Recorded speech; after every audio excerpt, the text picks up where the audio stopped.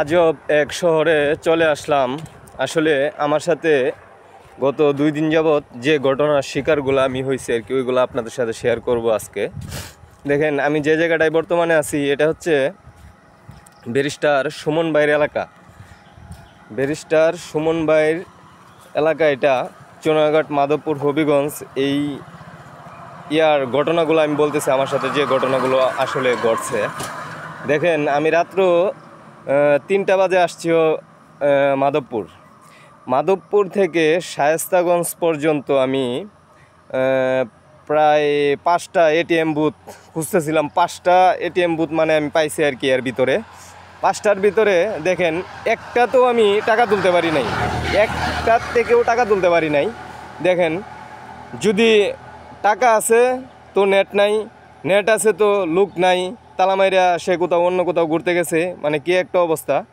অনেক জায়গায় দেখছি নতুন বুথ করছে, নতুন মেশিন, নতুন সব কিছু, তারপরে যাই দেখি যে ওইটা হ্যাং করে বসে আছে, মানে চলতেছে না। কি একটা অবস্থা দেখেন,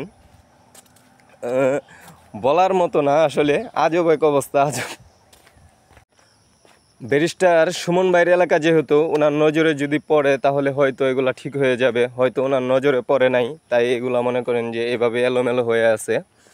দেখেন, শায়েস্তাগঞ্জে মাত্র একটি মাত্র বুথ, সেই বুথে গেছি, নতুন মেশিন, নতুন সব কিছু, তারপরে যে একবার বন্ধ একবার অফ হয়, মানে টাকা তোলার কোনো সিস্টেম মানে আমি পাইলাম না। আমার কাছে টাকাও নাই, আমি যা আসবো এই শায়েস্তাগঞ্জ থেকে চুনারঘাট আসবো, এই টাকাটা আমার কাছে নাই।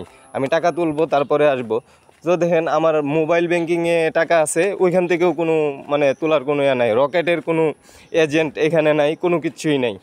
পুরান বাজার গেছি, রেল স্টেশন পুরান বাজার, ওইখানে গেছি, ওইখানেও বুথ আছে 3-4টা। যায় দেখি যে তালা মাইরে ওরা ঘুমাইতেছে, ডাকাডাকির পরেও ওরা উঠে না। এই হচ্ছে দেখেন আজব অবস্থা আর কি, যেগুলো মনে করেন যে বলার মতো কোনো ভাষা নাই। আসলে এগুলা কবে যে ঠিক হবে আসলে বুঝতেছি না, কি একটা অবস্থা।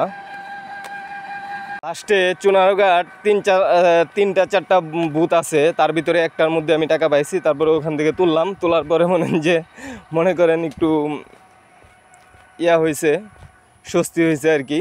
যাই হোক,